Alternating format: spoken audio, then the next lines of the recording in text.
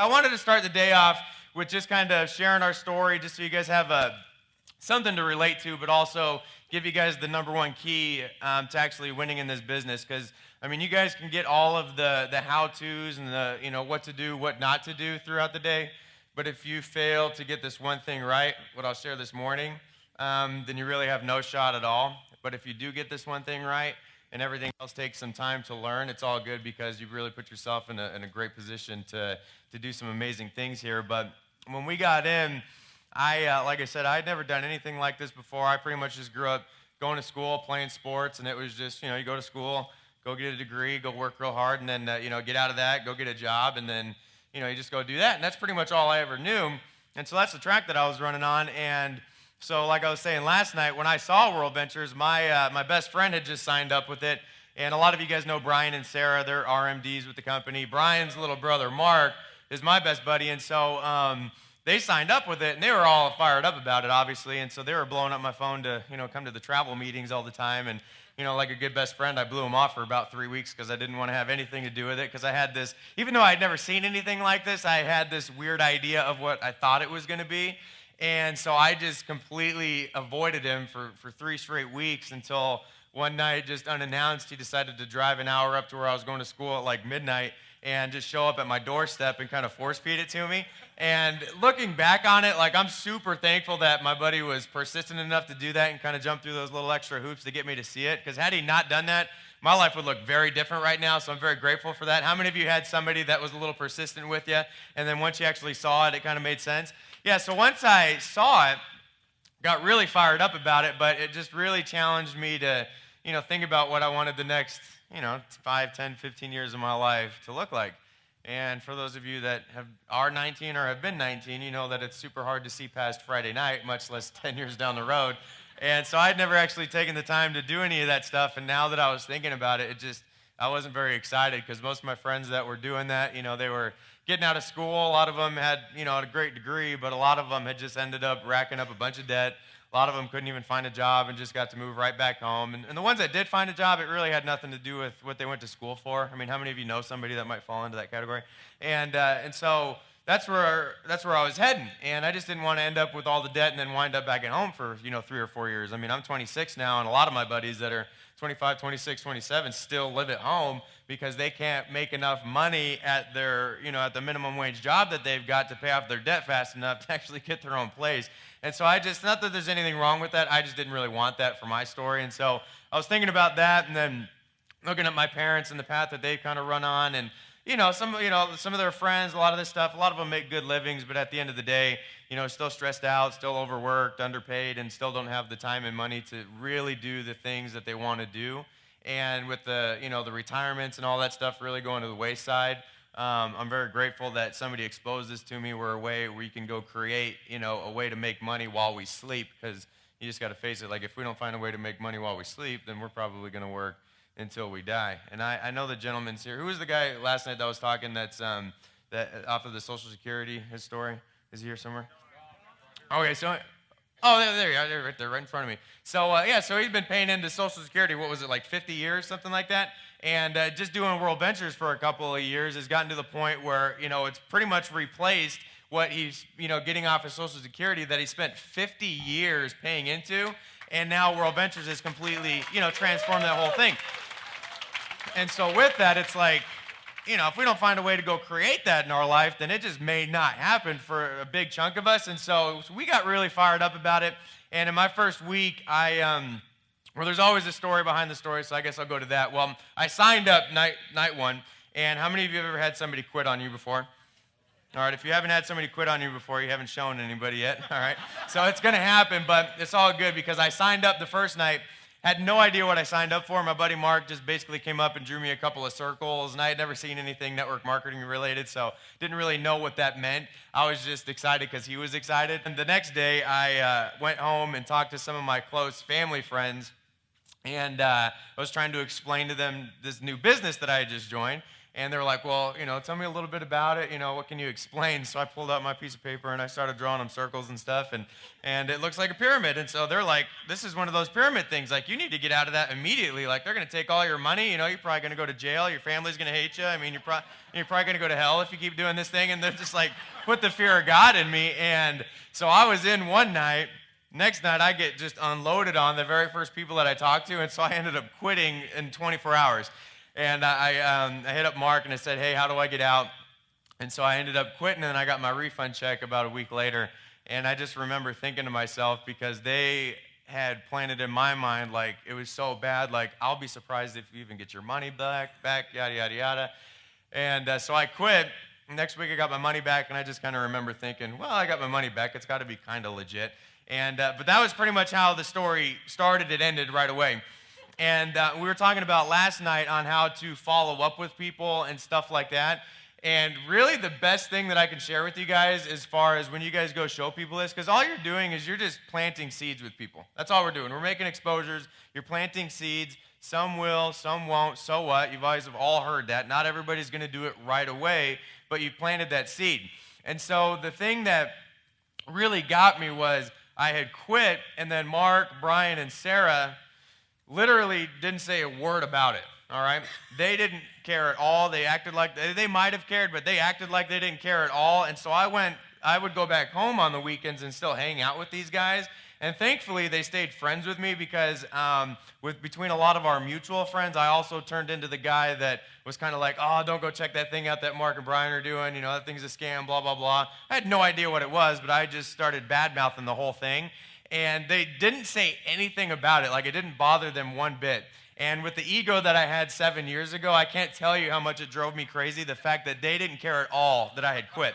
And so going back every weekend, they just never talked about it. They never brought it up. And your friends are going to do the same thing. All right, the ones that don't do it right now, I promise you, every single one of them is watching. All right, they watch your Facebook. All right, they're going to bring it up whenever you have social gatherings. You don't have to bring it up all the time and badger them about it. They're going to ask you, because when they say no, a lot of them want to, over time affirm that their no was correct, right? They want to make sure that you quit so that they don't feel bad about it. And so the longer you persist, the more it wears on them. And it wears on them until eventually they fold, and then they just have to participate. And so that's what they did to me for about 2.5 months. I'd go back, hang out, nothing. And so I caught myself starting to ask questions and started asking, hey, how's that travel thing going for you guys? Have you guys made any money yet? Is that thing working out for you? And I think Brian, over the 3 months, had made like $800, which is good. But, for me, I didn't have anything to relate that to. So I'm like, $800, this guy's like loaded. Like, he's rich. This is awesome. And so they told me how much money they made. So I ended up looking at it again. And it's just kind of funny how God brings things together for you, because one of the nights that I was going back home was the night, because I spent, growing up with my mom a good chunk of the time, and my mom's done pretty much the struggling waitress thing pretty much since I've been around. And she's done a great job, keeping things rolling, but at the same time, still struggling all the time. And what happened was one night I came back home, and my mom had just come back from, working a double at work, and she had made like $10 of tips the whole day, had a terrible day. And she was just, an emotional wreck that night, came home crying because we just, had too much month at the end of the money, if you will. And it broke my heart so much because I had no way to help. I didn't have any income coming in. I was just going to school. And so it's like, you got to go wait 4 years, to get a degree, and hopefully something will happen. And so I was just so helpless, and it just broke me to my core because I just wanted to help so bad. And so the first thing I remember when my mom came home that night, the first thing that popped into my mind was that thing Mark and Brian are doing. I mean, just seed sprouted right then and there. And I really had no idea what it was. I didn't understand anything about it, didn't know how it worked or what was going to take to make it work. But that seed had sprouted, and I had made that choice that night, that this WorldVentures thing, I was going to go talk to them immediately, and I was going to do this thing. And that's what I want to lead into as far as your number one factor in how successful you'll be here is not, how much do you know about the company? It's not, do you know how to use the websites or not? Do you know how the dream trips work? Do you know this, that, or the other? It really has nothing to do with what you know about it, because you can go make money not knowing anything. I was talking to Brian yesterday. He was telling us, like, he's been in for, a couple of years now, and they're marketing directors, and he's never even looked at the back office before because he'll just, he's got that tendency to overanalyze stuff. And so he got in. It's just like, I'm just going to go put in the work, and then let the check start showing up. And so he literally doesn't know anything about the company as far as the logistics go, but they're making it work. But it's because of this one little thing. And like I said, if you get this one little thing right, everything will start falling into place for you. But if you don't get this thing right, you've literally got no shot. And I know you guys have heard this before, but all it boils down to is this little word called a decision. All right, you've got to make a conscious decision that you're going to do this thing.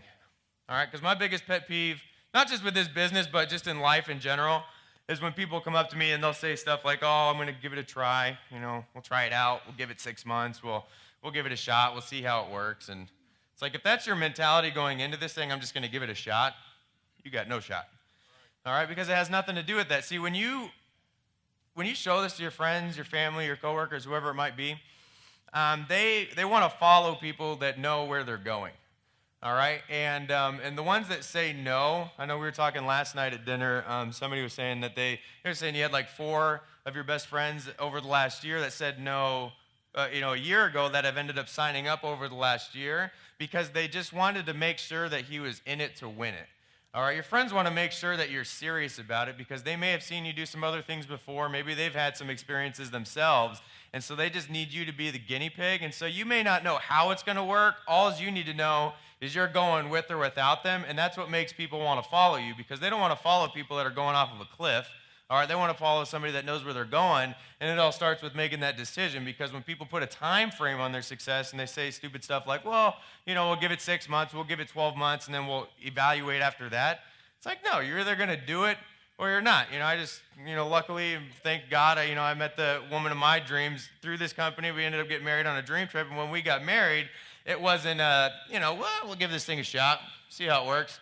We'll give it like 6 months, 12 months, and if we're not happy with each other, then we'll, part ways and go do something else. It's like, no, we're either going to do it or you're not going to do it. All right, you're either going to stick it through or you're not, through thick and thin.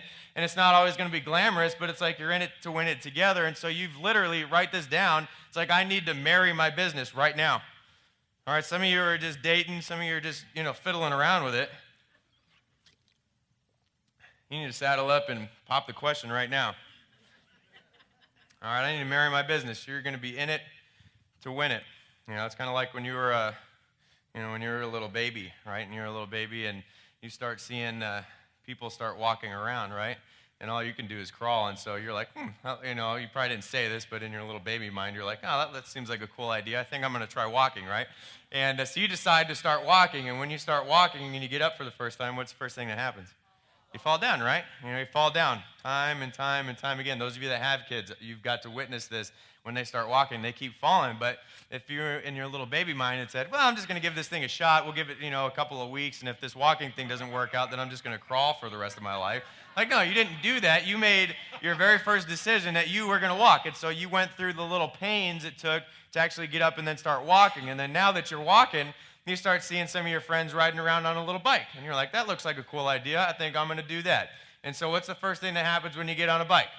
You fall down. You scrape your knee. Maybe you broke an arm or something. I don't know. But you fall down several times before you get it down to the point where now you can just get on a bike. And how many of you, you may have gone 4 or 5 years without riding a bike, but now that you've ridden the bike and you get back on 5 years later, it's just like yesterday, right? It just happens.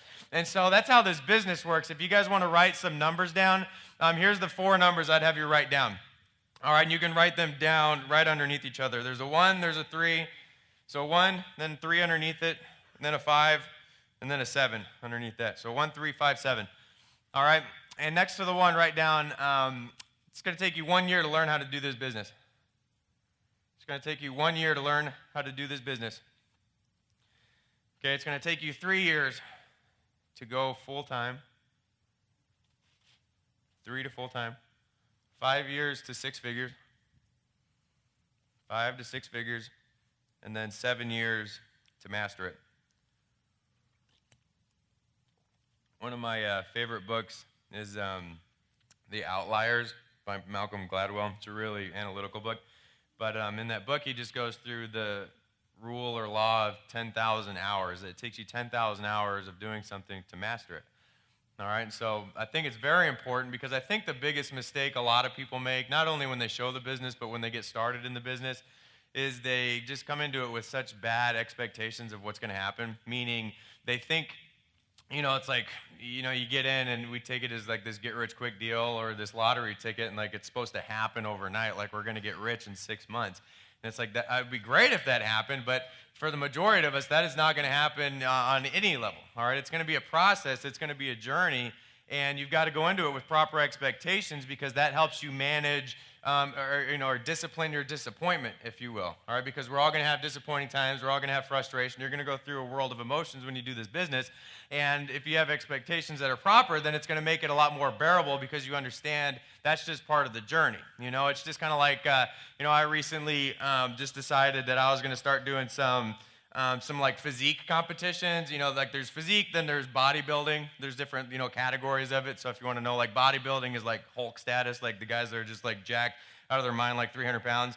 And then physique is kind of like Greek god status, like they're big, but they're more cut, if you will. And so they're not, outlandishly large. And so now that I've kind of started this little journey, I'm learning a whole lot, and a lot of it has to do with proper expectations because, trust me, one of my things is I'm one of the most least patient people that you'll ever meet, and I want things to happen now, just like a lot of other people do.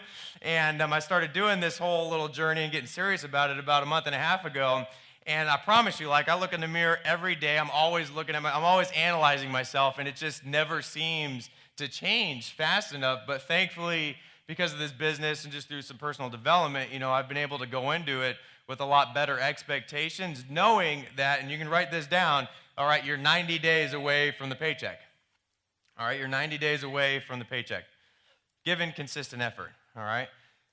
So I'm 90 days away from that transformation. That, those of you that are going to the gym, if you've never, been fit your whole life, and then you decide, hey, one day I'm going to get a gym membership, and I'm going to go saddle up, hit the weights, get on the treadmill, and do the things I need to do to get fit. Well, if it took you 20 years to get unfit, it's going to take you a lot longer than a week to get fit. Does that make sense? So you can't, and you're going to be analyzing it a lot more now. Like you're going to look in the mirror a week later after just beating yourself up for the whole week and sweating the whole deal. You're in pain, you're sore, the whole nine. And you're going to look a week later. Now that your awareness level is up, you're probably going to look worse than you did when you started, than when you started, because now you're actually paying attention to it. And so now that you guys joined this business and you're ready to go change your financial situation and get the ball rolling, it's a lot easier to be critical of yourself week by week, saying, oh, this thing's not going fast enough, this thing's not going fast enough, when you've got to understand it's going to take you a year to learn how to do the business, all right? And you can have some solid results. I'm not saying you're not going to make any money, but I'm just saying give yourself a year to at least learn it and understand what's going on, because it's going to take some time to learn the different skill sets, the mindset that goes into it. One of my favorite analogies for this business is, because people come, they come to the gates at a different level. Meaning, like if you're playing football, right, and your goal is to, get in the end zone, score a touchdown. Some people have, a lot of credibility, influence that they bring to the table, have done a lot of personal development prior to WorldVentures. So when they start in WorldVentures, it's like they're on the 5-yard line, 5 yards away from the end zone, right? So punching it in for a touchdown is just going to seem to happen for them. But a lot of people didn't see the, 10 or 15 years that they had stacked up prior to that, as far as them working on themselves. So when they actually showed up in WorldVentures, they were just ready to punch it in for a touchdown. Like David Peach, for example, the fastest guy in the U.S. to hit the top level. You did it in 10 months and 5 days. Like, that's unbelievable, but a lot of people don't know that Peach had been working on himself for a long, long time, and he had a lot of credibility, influence, and a big skill set coming into the game. So when he joined WorldVentures, it just kind of seemed to happen. And he had his set of struggles as well, but it's just, you got to go into it with that expectation, because some people, maybe they start 30 yards away. Maybe you're 50 yards away. Me, I wasn't like 50 yards away. I wasn't 100 yards away. Like I was in like 7 football fields away when I got started. And so it's going to take me a little bit longer to score that touchdown, but just like doing anything else, this is not a sprint, it's a marathon. You've got to just put one foot in front of the other and just keep moving forward until eventually you score your touchdown, whatever that is for you. Maybe you got into this and you just wanted to hit residual income. Maybe you just wanted to get 30-30 and just have some kind of a check that's coming in every month. Maybe, a couple $100, $500, $1,000 a month. Start somewhere. Some of you want to be director, marketing director. Some of you want to be IMD. So whatever your goal is, figure what that figure out what that is and just keep shooting for it, but have those expectations, but also at the same time, go find people, all right, that are at those levels or that have what you want, and go find out what they did to get there and just go duplicate that. Okay, so because once I decided to do WorldVentures, even though I didn't really understand anything about it, my conversation and my questions were different than a lot of people because, when I get a chance to meet people just doing the business, some of the questions that I get are, well, does this thing really work? Do people actually make money? Are the trips real? Is the company real? And they're just, not very intelligent questions like that, based off of, we've already just gone through all the information. They've heard all the stories. So it's very obvious that it works in a big, big way. So my question wasn't, walking into the gym saying, well, what are my chances of getting fit? That's kind of a dumb question, walking into the gym saying, what are my chances of getting fit? Because your chances have nothing to do with it. It's just a matter of finding somebody that looks like you want to look like and just going and putting in the work and doing that, and you're eventually going to get that result. Does that make sense? So percentages have nothing to do with it. Same thing with this business. It has nothing to do with your chances of success. It's just a matter of finding somebody at the level that you want to be at and replicating that and then putting in the effort to go accomplish that. So when I got started, I got lucky enough to get on the phone with one of our my upline, Don Morton. For those of you that haven't had a chance to meet him, he lives in Scottsdale. He's an IMD. He's always been a top 20 income earner. But Don, thankfully, we got the chance to get connected with him because he's got a wealth of knowledge. But the first conversation that I had with him was not, does this work, trying to build my belief. Like, I knew it worked, and he was an IMD, so I'm like, all right, well, I played sports growing up, so being an IMD, average income's $500,000 a year plus some. Whether you get out of bed or not, cars are paid for, houses paid for, you got this unbelievable lifestyle. So I'm like, that's got to be like playing in the NFL or being in the Major League Baseball, like being a professional athlete, as far as the time, effort, and energy that goes into it. And so I was just like, I know it works. All right, I just want you to not sugarcoat it for me. Don't fluff and puff it for me. Don't beat around the bush. Just tell me exactly what I need to do to get what you've got. And then I'll just tell me what I need to do, and then I'll decide if I want to do it. All right, you tell me what I need to do, and then I'll decide if I want to do it. And so based off of that conversation, and I'll kind of lay out for you guys throughout the day what he laid out for me, but he laid out this little step-by-step thing on what the things I needed to focus on. And just so you know, there were things that I didn't think I needed to focus on. All right, he gave me a different path than I was ready for, but it was just a matter of, all right, I got these steps, and now I just have to go execute. All right, because if you just follow the path and you follow the system, you're going to get the result at some time. It might take a couple of years. It might take 3 or 5 years. It'll take you 3 years to go full-time, 5 years to 6 figures. And that's kind of how it worked for us, was he kind of laid out this path. And just so, I'll dive into it a little bit later, but the two things that he told me to really, really focus on, and I would write these down. All right, the two things he wanted me to focus on was inviting and promoting. All right, inviting and promoting. Those are the two things that he said you just need to really get exceptional at, because there's a lot of different skill sets that you probably want to get good at or decently good at in WorldVentures, like inviting, presenting, closing people, on the job training, and then promoting is the fifth one. So those are kind of the 5 things. But he highlighted inviting and presenting because those are really the only 2 things that matter. I mean, inviting is like the core building block of our business. Wouldn't you agree? It's like if you can't invite somebody to see WorldVentures, then how do you get anybody to join WorldVentures? So you got to be good at getting them in the door to at least see it. And you don't have to be a great closer. All we're doing is sorting. Some will, some won't. So what? Those of you that have ever done meetings with me, I'm not the hammer by any means. I'm not the one that's going to seal the deal all the time. But we just go through the numbers. We just go expose enough people, because even if you suck at closing and you're terrible at closing, even a blind squirrel will find a nut every now and again. All right. And so you just got to go through enough numbers, and eventually you're going to strike oil on that, all right? So if you get good at inviting, everything else will kind of fall into place, regardless if you're lacking skill in the other areas. And then once you get people in the door, now the next step is you got to be a good promoter. And promoting means getting people plugged into the system, all right? Getting them to use the tools, getting them plugged into the trainings, the Super Saturdays, the regionals like today, the national events, which are the biggest ones. You want to get really good at getting your people to the trainings, and so that's what he told me to do, and that's really all I focused on. And so on a weekly basis, all right, we just focused on setting up as many invites as we could, setting up as many exposures as we could. And just off of pure enthusiasm, my first week, I think I showed 10 friends, and 6 of them signed up, so I made all my money back. And so it was a lot of fun, but we just kept consistent with our inviting, setting up appointments, because you can't choose your results, but you can choose your habits. All right, if you choose your habits correctly, then your habits will choose your results for you.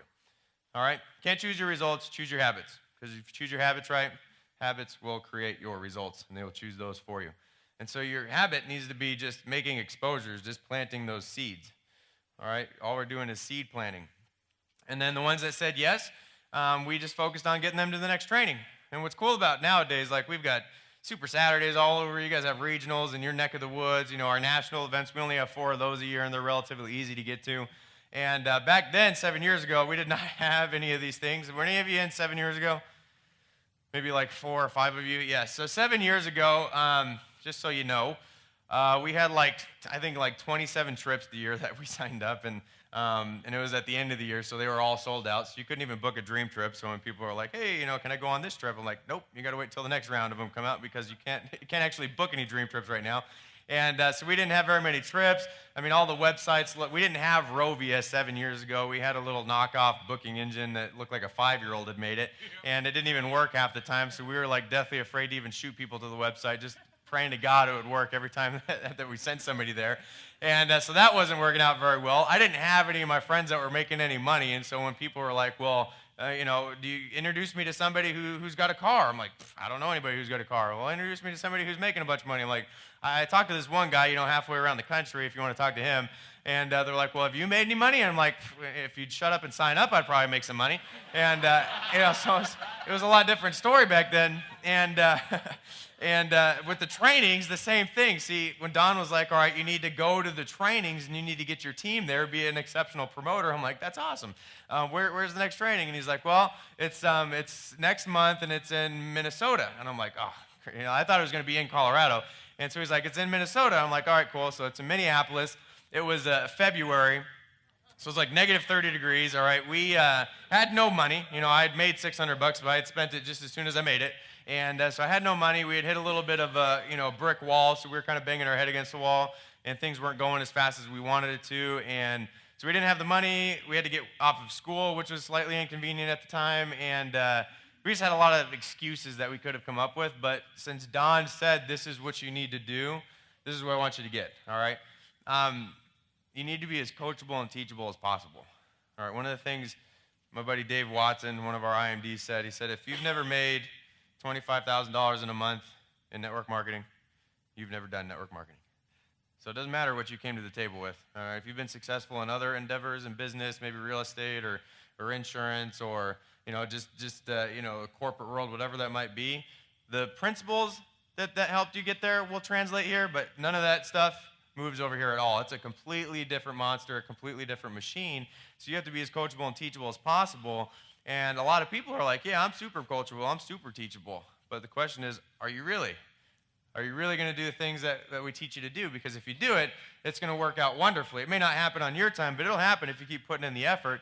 And so instead of arguing with Don saying, well, I don't have the time to go to this training, it's a 15-hour drive, we don't have the money, coming up with all these excuses, he said to go, so I said, all right, if he said it, I need to do it. And I just submitted to that, and I said, I'm going to go do that, because if I start negotiating the price I have to pay, then I start negotiating the prize, and that was not worth it to me. I wanted to get everything he had, so in order to do that, I needed to listen to everything that he said.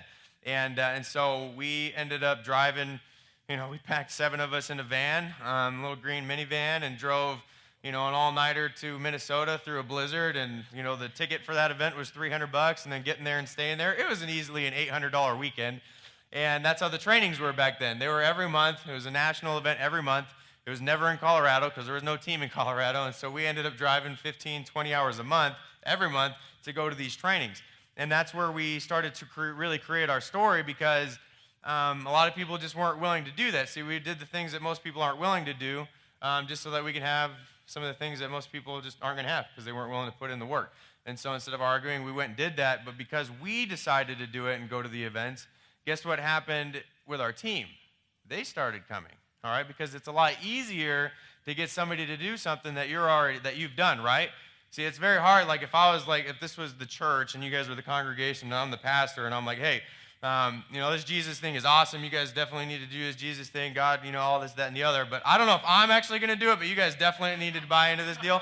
And I just kind of walk out. It's like, you guys are going to think I'm an idiot, right? It's like, you got to be in the deal, doing the things that you're trying to preach to people. So if you're going to the trainings, you're going to get a lot bigger of a following there. And so that's what we did month after month, is we'd get 5, 6, 7 car full loads of people, drive to these trainings, created this awesome story. We'd have, 7 to 10 people in a room. One of the nights we were at the convention down in Vegas, and we had I think we had 19 people in one hotel room at one point, and we just did whatever it took to make it happen. Not being there was never an option. It was either going to happen or we were going to die trying, and so we just figured it out. We just got resourceful every month, and because of that, things didn't happen overnight. A lot of you guys know our story. My first year, I only made $8,000. All right, and mind you, WorldVentures is all I've ever done to make money. Okay, this is all I've ever had is an income source, and so I haven't always been balling by any means. All right, we had a financial struggle probably for the first 48 months, but we were just in it to win it. We had made that decision. We were either going to do it or we were going to die trying. All right, it was till death do us part kind of a deal. And so my first year I made $8,000. And for those of you, how many of you outside of WorldVentures already have income coming in? How many of you already have a job? Yes, most of the people come to the table with their bills paid for, and things are, at least they're okay. They're at least good to go. All right, you got the bills paid for. And so if you guys make $8,000 over the next 12 months on top of what you're already making, killer story, great story. Instead of quitting and evaluating, said, we're just going to keep doing it. All right, we're 7 football fields away. Maybe we just got 5 football fields away now. So we're still moving forward. So at least moving up the food chain a little bit, but still at the same time, not doing so hot. I had school loans that I had to pay for. I had a credit card. And I started to get to the point a couple of years into it where I was just, I was frustrated. I was, having different pity parties, stuff like that. And it just wasn't going fast enough. And it was the first time I had really started to question whether this was going to work for me or not. And thankfully, because of the training, we just stayed plugged into everything and stayed around the campfire. And that really kept us going when we really didn't want to. But we eventually just had that breakthrough, and for us, we were almost right on track. It took us about a year to learn it. It took us about 3 years to go full time. Make it 26 to 36,000. It's a decent amount of income. But the 4th year, we went from 36,000, finally had a big breakthrough, and then went from 36,000 to 192, I think, my 5th year. And so we had this huge jump, and so a lot of my team now, all they know me as is, IMD Lorenzo, because they've only known me for the last 2 or 3 years, but, they weren't around for the first 4 years, just watching us struggle so much, but we just kept plowing through it, and so we finally had this big breakthrough, and just, everything just started to change, and so I don't know what your journey is going to be. Maybe it happens in the next 12 months, maybe it happens in the next 2 years, maybe it takes 4 years like it did for us, but as long as you keep plowing through, eventually it's going to happen for you, whenever God decides, time is time. And so we went to 192 my 5th year. 6th year made about 360, so it almost doubled again. This year we'll crack, probably 430, I think is what it'll end up being. So it's it's progressively going bigger and bigger and bigger. And it's not even, don't clap for me, clap for you, because you guys are on the same path. You just haven't been in it for long enough. But things are good, and it's not even a money thing. The money's awesome, but it's, it's just the lifestyle. It's we have complete freedom. We get to, travel when we want to. We get to do the things that we want to do, and just, we don't have to make decisions based off of time or money anymore. It's funny, sometimes my friends will ask me, hey, how much is gas these days, as topic of conversation. I'm like, I have no idea. I go to the gas station, I fill up, I pay, and I leave. I don't ever look and how much it costs me. It's I don't walk into a gas station anymore and decide, do I buy the $1 candy bar or the $1.50 one and go with the $1 one because it was 50 cents cheaper. It's no, if we want to do it, we do it. And if we don't, then we don't. And we don't have a job. We don't have anybody to turn into. We wake up when we're tired of sleeping and we go to bed when we're tired of staying up. It's it's just it's what you can create. But that's what I got into it for, was just to have that complete freedom, debt-free peace of mind. But it took us 4 years, and so the thing about it is takes a long time to become an overnight success. All right, it takes a long time to become an overnight success, but if you just keep one foot after the other, it's not a complicated thing. As those of you that have just been piddling around with it right so far, you need to, before you leave today, make a decision, I'm either doing this thing or I'm not doing it. All right, and whatever level you want to play at, I'm going to do this thing. I'm going to be in it to win it, and until death do us part. Because as long as you do that, you allow for all those seeds that you've planted the last 6 months, 12 months, couple of years to start sprouting. And I promise you, every one of those has its time. It's just a matter of just going and do work and just doing what you need to do. But the juice is worth the squeeze. You know, that's the main reason.